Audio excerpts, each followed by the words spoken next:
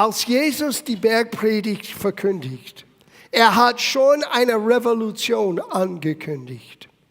Und es ist schon eine sehr herausfordernde Sache als Bibellehrer, als Pastor, die Bergpredigt zu interpretieren, weil das ist wahrscheinlich das großartigste Predigt und Lehre, die die Menschen je gehört hatten. Aber ich möchte euch daran erinnern, was wir letzte Woche festgestellt hatten. Nummer 1, es gibt eine Regel, wenn du deine Bibel liest, damit du das richtig schneiden kannst, wie Paulus sagte, rightly dividing the word, richtig unterscheiden könnte, was wird mir jetzt gesagt. Du musst immer fragen, wer spricht, zu wem sprechen sie und wann wurde das gesagt. Diese 3 Regeln sind ganz wichtig, weil Gott hat immer einen anderen Bezug zu den Menschen, je nachdem das Licht von Gottes Wort auf die Erde verstanden war. Es gab eine Zeit bevor Abrahams Bund. Es gab eine Zeit nach Abrahams Bund. Es gab eine Zeit, wo David hat mehr von Gott empfangen, dass einer seiner Kinder, seine Nachkommen, wird auf den Thron Davids sitzen für immer, der Messias. Und jetzt ist der Messias angekommen und er spricht zu Juden, die das Alte Testament verstanden hatten. Und das haben wir letzte Woche gelernt.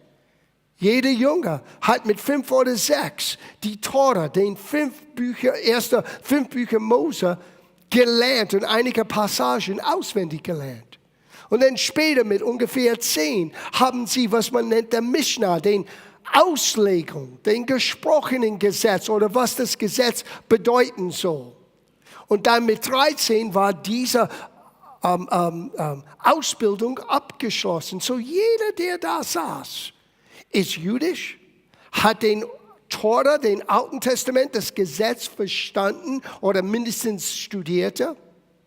Und jetzt sitzt Jesus da. Und bitte, ich möchte nochmal das betonen. Jesus setzte sich, Matthäus Kapitel 5, Vers 1, ich bin ganz biblisch, und lehrte das Volk. Und er fängt an mit das, was wir nennen, die Seligpreisung. Na, die Seligpreisung war ein Oberhammer, weil das war eine Deklaration, Gott steht zu uns. Und nicht, wenn wir alles perfekt leisten, sogar so die Armen, die trauen, die verfolgt sind. Gott steht zu uns. Das war eine neue Verkündigung für die Zuhörer damals. Die dachten, Gott hat sich verlassen. Israel ist jetzt unter der römischen Beherrschung. Und seit dem letzten Prophet, Malachi, ist ungefähr 400 Jahre vorbeigegangen ohne ein prophetisches Wort. Die haben nichts gehört von Gott. Und ich kann mir gut vorstellen, dass obwohl es gab ein Funken von Hoffnung, dass das Volk ziemlich down war, ziemlich enttäuscht war. Aber dann fängt diesen an zu kribbeln hier in das Volk Israel. Das sind Geschichten von einem Engel, der ihr einige Leute erschienen ist. Eine alte Dame, Elisabeth, hat einen Sohn geboren und er sollte den Stimme, die im Voraus kommt, das Volk vorzubereiten. Und ein Sohn, und ein Stern wurde gesehen, ein Sohn wurde geboren in Bethlehem. Und all diese Gerüchte gingen los. Und nach der Geburt Jesu ist wieder Silenzio, nichts, bis er 30 wurde. Und dann kam diesen Tag, wo er vor Johannes steht.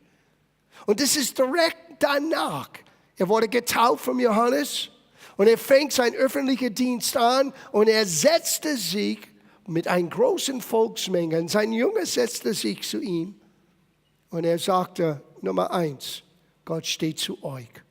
Auch wenn du glaubst, Gott hat Israel verlassen, Gott steht zu euch. Und ihr seid gesegnet. Und das Wort in der hebräischen Sprache heißt glücklich. Du hast Glück. Du solltest happy sein, weil Gott zu dir steht. Und dann sagt er hier, ich bin nicht gekommen, etwas wegzunehmen. No. Ich bin gekommen, um alles zu erfüllen. Und die haben es verstanden, was er sagte. Und wir sind so weit gekommen letzte Woche, wo Jesus sagte, Gott wollte immer euch ein Volk, eine Nation vom Licht und Salz haben. Ein Segen für die ganze Menschheit. Und leider, Israel hat diese Aufgabe nicht aufgenommen. Es gab nur einen Stamm Israels, der Stamm Levi, der diesen Priesterschaft aufgenommen hat. Aber Gottes ursprünglicher Plan war, der ganze Volk sollte ein Segen sein, Licht und Salz für alle. Und Jesus kündigt das wieder an. Gottes ursprünglicher Plan wird zustande kommen. Na, wir verstehen das im Licht von was am Kreuz und in der Auferstehung passiert ist. Jetzt jeder Gläubige ist Licht in dieser dunklen Welt, ist Salz, die dieser Welt von Verderben bewahrt. So sieht Gott dich und mich. Und jetzt kommen wir zu einem ganz wichtigen Punkt in der Bergpredigt. Und mit Gottes Hilfe, wir wollen Kapitel 5 bis zum Ende studieren heute Morgen. Und hier ist meine Überschrift, ihr habt gehört, dass zu den Alten gesagt ist. Das war eigentlich der damaligen Interpretation. Now, was Jesus dabei ist jetzt zu sagen, muss verstanden in ein jüdischer Sichtweise, in dieser Übergangsphase, das Ende von den alten Bund kommt nah und der Beginn von einem neuen Bund, ein besserer Bund mit besseren Verheißungen wird anbrechen, wird hervorkommen. Aber es brauchte das Opfer Jesu, sein Sterben und seine Auferstehung, das er stellvertretend für uns alle getan hat. Und so denkt daran, wenn wir das lesen, was Jesus wirklich meinte. Weil es war interessant zu merken, dass wir Menschen waren genauso heute wie damals. Die Lehrer in Israel, die Pharisäer und Sadduzäer, die haben das Volk gelehrt, wie weit sie das Wort biegen könnte, bevor es bricht. Wie weit kann ich gehen, bevor ich das Gesetz breche? Und Jesus kommt mit etwas völlig Radikales anderes, eine Revolution. Er nimmt den Geist des Gesetzes und bezieht das auf das Absichten deines Herzens und deine Gedanken. Bisher hat sich so etwas nie gehört. Es war immer, wie weit darf ich gehen, bevor ich etwas Falsches getan habe? Und jetzt kommt Jesus und sagt, wir werden gleich am Ende von Kapitel 5 sagen, eigentlich die Aufgabe ist, sei vollkommen, wie dein Vater im Himmel ist. Schluck. Wer kann ja sagen, diese Kriterien habe ich erfüllt? No. Es ist ein Zeichen, dass wir alle brauchen Gottes Gnade. Das Volk Israel damals und wir heute. Du kannst nie fehlerfrei sein. Du brauchst unverdiente Gunst. Das ist Gottes Gnade. Oder wie ich euch immer sage, Gottes Liebe an uns, trotz uns. So, lesen wir zusammen ab Vers 21. Ihr habt gehört, dass zu den Alten gesagt ist, du sollst nicht töten. Wer aber tötet, der wird dem Gericht verfallen sein. Ich aber sage euch, und jetzt geht's los. Jetzt fängt die Revolution an. Jetzt ist, vergesse nicht, was ich gesagt habe, eine Revolution ist ein völliger Umdenken, ein Wandel von einem zu etwas völlig Neues. Der Bergpredigt ist die Revolution, ist die Ankündigung. Etwas Neues ist dabei hervorzukommen.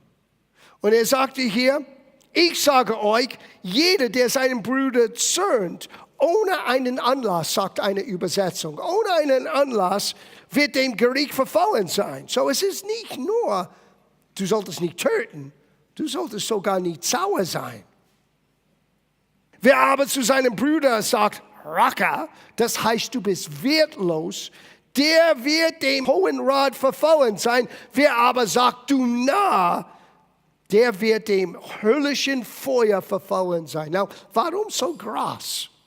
Sieh, in der damaligen Verständnis, jemand ein Narr zu benennen, heißt, du bist nicht lebenswertig. Du solltest nicht am Leben bleiben. Du solltest eigentlich ausgerottet sein. Wow. Und deswegen hat Jesus gesagt, wenn du solche Dinge denkst, dann denk an Rassismus. Denk an all die Dinge, die unsere Gesellschaft gerade jetzt erlebt.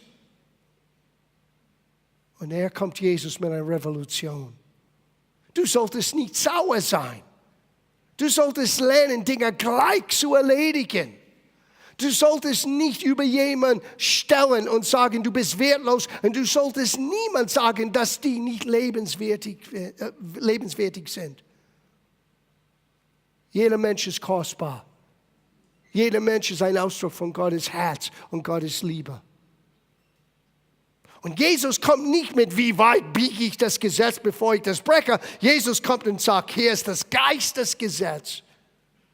Bewahre dein Herz. Weil wenn du dein Herz nicht bewahrst, du schadest dich selber. Es war Revolution. Etwas völlig Neues. Vers 23. Wenn du deinen Gaben nun zum Altar bringst und da selbst eingedenk wirst, dass dein Bruder etwas wider dich habe. Nicht, dass du gegen jemanden hast, wie oftmals sage ich das. Wir feiern das Abendmahl und ich sage, jeder sollte sein eigenes Herz überprüfen, das hat Paulus gesagt. Wenn du etwas gegen jemanden hast, du solltest das so bald wie möglich erledigen. No, Jesus hat es umgedreht. Wenn du weißt schon, dass jemand gegen dich etwas hast, leg dein Gabe beiseite, renne und mach der Sache kleines Tisches, dann komm und bring deinen Gabe. Na, das ist nicht immer möglich. Du kannst nicht jemanden erzwingen, mit dir Frieden zu haben, aber du kannst alles tun, was in deiner Macht liegt, die Sache in Ordnung zu bringen. Den Rest musst du Gott abgeben. Die Aussage hier ist, bewahre dein Herz wieder. Wir gehen weiter. Vers 27. Ihr habt gehört, dass zu den Alten gesagt ist, du sollst nicht Ehe brechen. Ich aber sage euch, wer ein Weib ansieht, Ehre zu begehen, der hat in seinem Herzen schon Ehebruch mit ihr begangen. Der Maßlatte wurde gerade jetzt so hochgestellt, dass alle sitzen da und sagen, oh. Now, lass mich ein paar Dinge über Ehebruch hier sprechen, weil Jesus wird das direkt ansprechen. Leute, die geschieden sind, haben von der Gemeindewelt allgemein wirklich, die waren nicht immer so nett behandelt. Weil du musst verstehen, wie Gott Scheidung sieht und versteht. Nur ein paar Gedanken über Scheidung.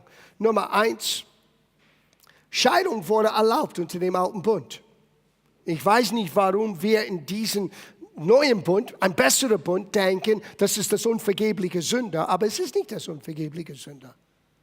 Aber es ist auch wahr, dass Gott hasst Scheidung. Nicht die Menschen, die geschieden sind, sondern die Tat. Und ich sage euch, warum. Es wird für euch ein Schock sein. Gott selber hat einen Scheidungsprozess erlebt. Wusstest du das, dass Gott geschieden ist? Du solltest deine Bibel lesen, du wirst eine Menge lernen. Jeremia, Kapitel 3, Vers 8. Gott hat einen Scheidungsbrief an Israel geschrieben. Er hat sich von Israel scheiden lassen und es hat wehgetan. Sieh, Gott versteht Scheidung besser, als was du denkst, weil er hat es selber erlebt. Wenn zwei Menschen vor Gott stehen, die sind eins. Wenn jemand wird geschieden, das gibt eine Trennung und diese Trennung kann man nicht tun ohne Verletzung tief in der Seele. Deswegen hasst Gott diese Scheidung. Weil es erinnert ihn daran, was geschehen ist mit Adam, als Adam Hochverrat begonnen hat. Es erinnert ihn daran, was für ein Schmerz er selber erlebte, als er geschieden worden war von Israel. Aber du musst auch verstehen, Gott ist der Gott der Hoffnung. Gott ist der Gott, der Neues hervorbringt. Du bist nicht jetzt außen vorbei, weil du durch eine Scheidung gegangen bist. Das ist traurig, aber Gott ist auch fähig zu heilen. Jesus sagte aber, das Problem mit Scheidung, es fängt an im Herzen.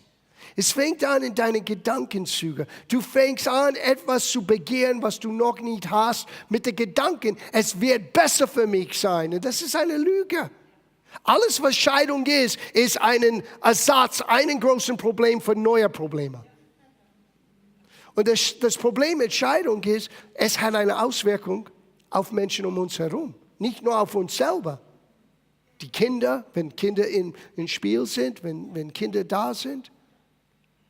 Aber es ist falsch zu sagen, dass geschiedene Menschen haben keinen Platz in der Gemeinde. Das ist völlig verkehrt. Gott wird keinen Platz in der Gemeinde haben. Er ist geschieden. Ja? Was die Antwort ist, bewahr dein Herz. Wir gehen weiter. Wenn dir aber dein rechtes Auge ein Anstoß zur Sünde wird, so reiß es aus und wirf es von dir. Denn es ist besser für dich, dass eins deiner Glieder verloren gehe, als dass dein ganzen Leib in der Hölle geworfen würde. Now, du hörst das und sagst, Jesus, du bist radikal. Revolution ist im Gange. Jesus redet nicht von, wie weit biegen wir Gottes Wort. Jesus redet von ein krasser Sieg der Sache. Sünde wird uns töten und umbringen. Now, meint er tatsächlich, wir sollen unsere Augen wegreißen? No, weil es heißt auch, sieh, du musst immer Gottes Wort im Licht von Gottes Wort verstehen und interpretieren. Es heißt auch in Gottes Wort, du bist jetzt ein Tempel Gottes geworden. Und wer immer den Tempel Gottes verderbt, das heißt kaputt macht, Gott selber wird kaputt machen. So Jesus sagte nicht, mach deine Augen kaputt. Er sagte, du musst mit dieses Problem, wenn es in deine Augen und deine Hände, deine Lüste, deinem Fleisch, du musst das ernst angehen, weil es wird dich umbringen. Und es tut sich, als ob du das weggerissen hast. Es ist nicht einfach, aber Gott wird dir helfen. Sieh, Jesus versucht, den Geist des Gesetzes den Menschen zu vermitteln. Und ein wichtiger Punkt ist, Sünde ist ernst. Es kommt nur eins zu tun, uns kaputt zu machen. Und manchmal wirklich knallhart deine eigenen Schwachheiten, deine eigenen Fehler, deine eigenen Sünde, wenn ich das sagen darf. Was ist Sünde? Sünde ist, wenn wir den Ziel verfehlt haben. Gottes Ziel, Gottes Maßstab. Ganz ehrlich gesagt, alles, was nicht aus dem Glauben geschieht, ist Sünde. Römerbrief Kapitel 13. So, rede nicht vom großen, dunklen, nein, der kleinen Dingen. Wenn du Sorge hast, Sünde. Wenn du Angst hast, Sünde. Wenn du Quatsch über jemanden redest, Sünde. Wenn du den Pastor nicht mehr magst. Habe ich nicht gesagt.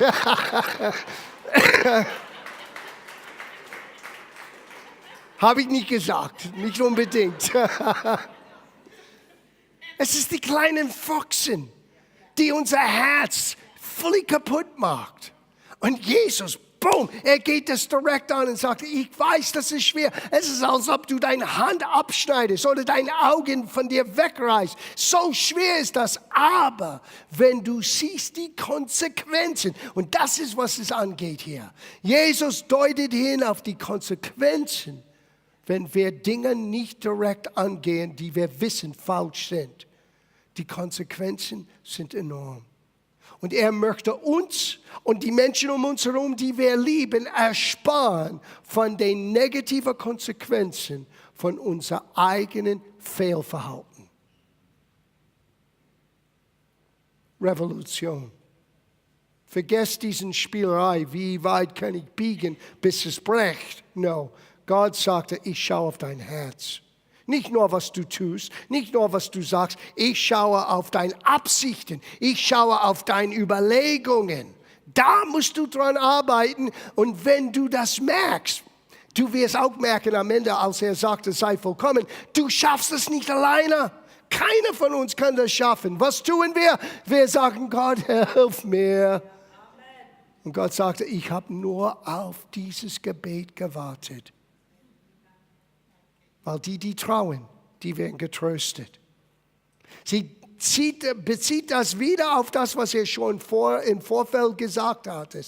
Wenn du trauest, manchmal traust du über deine eigene Dummheit. Und Gott sagte, du wirst getröstet werden.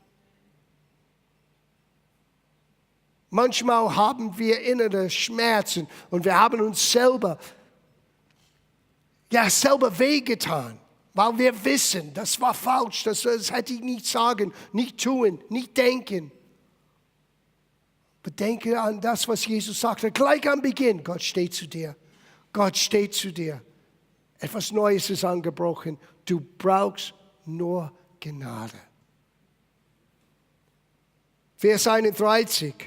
Es ist auch gesagt, wer sich von seiner Frau scheidet, der gebe ihm einen Scheidebrief. Ich aber sage euch, wer sich von seiner Frau scheidet, ausgenommen wegen Unzucht, der mag, dass sie die Ehe bricht. Now, warum lese ich das? Weil erstens ist es in der Bergpredigt.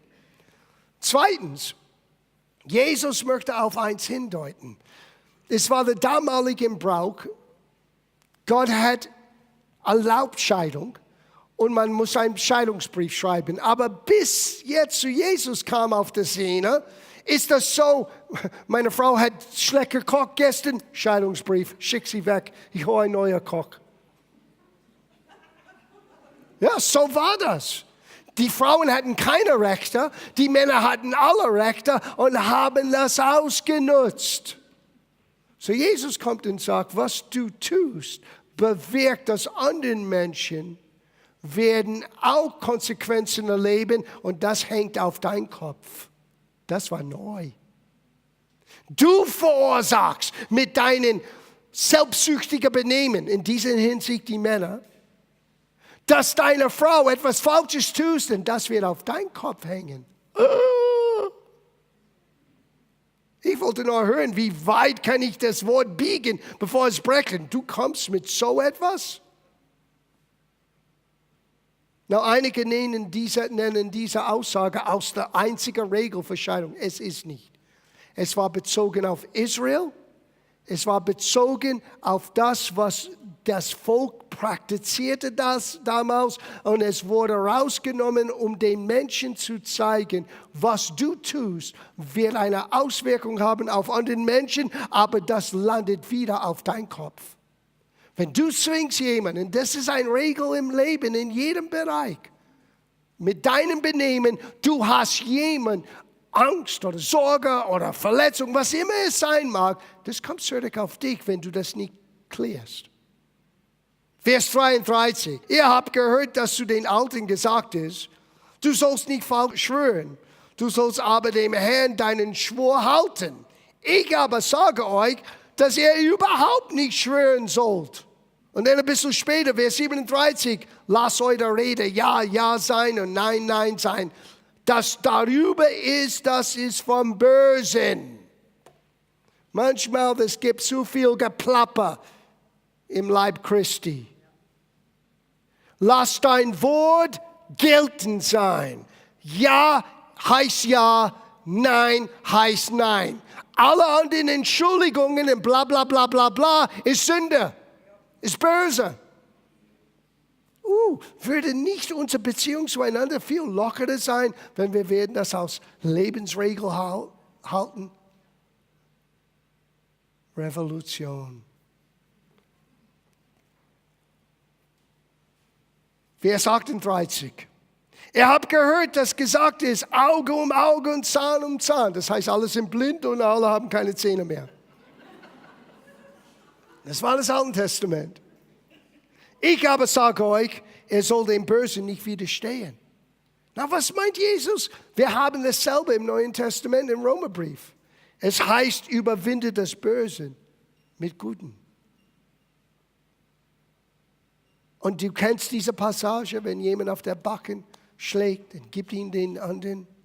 Wenn jemand möchte das nehmen, gib ihm 2. Wenn jemand möchte, dass du 1 Mile gehst, damals war das so.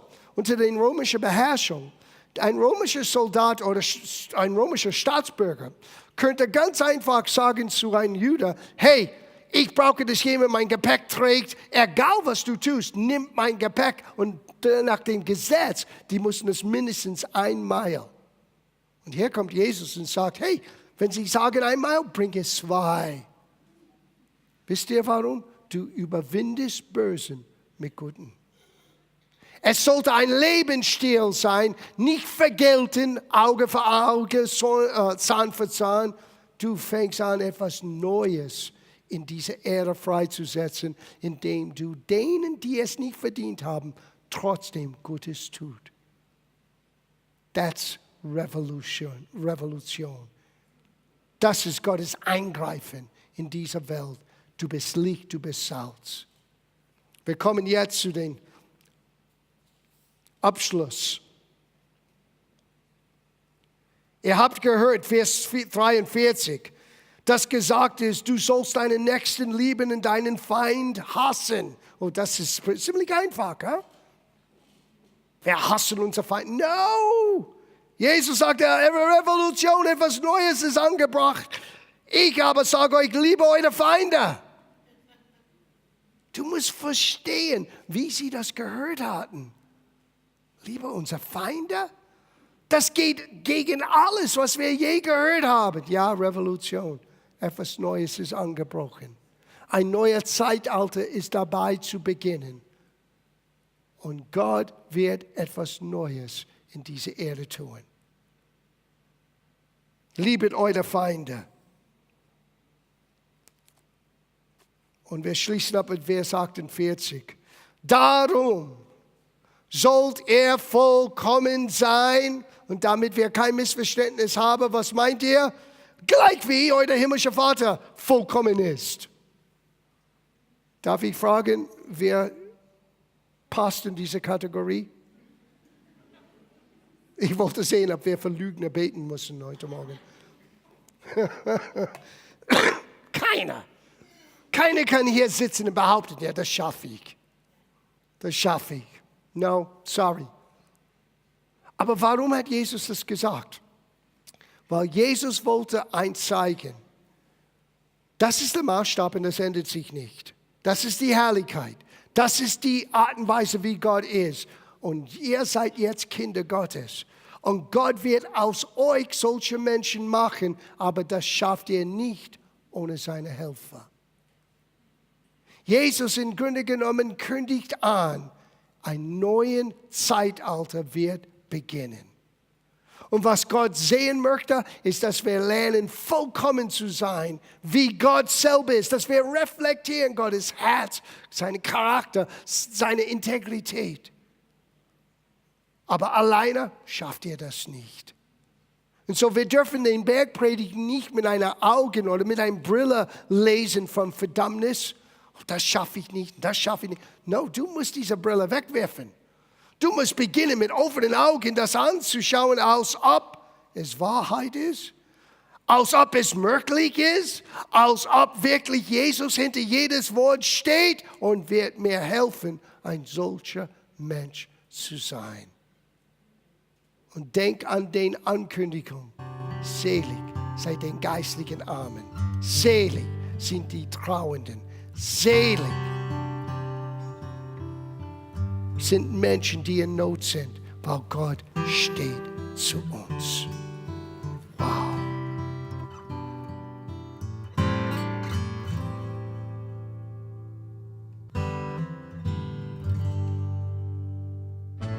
Sie sahen eine Sendung von Gospel Life Center. Unser Gottesdienst findet sonntags um 10:15 Uhr statt. Wenn Sie weitere Informationen über unsere Aktivitäten haben möchten, sind wir erreichbar unter der Telefonnummer 089 903 8803. Oder besuchen Sie unsere Website www.glc.de. Wir wünschen Ihnen Gottes Segen.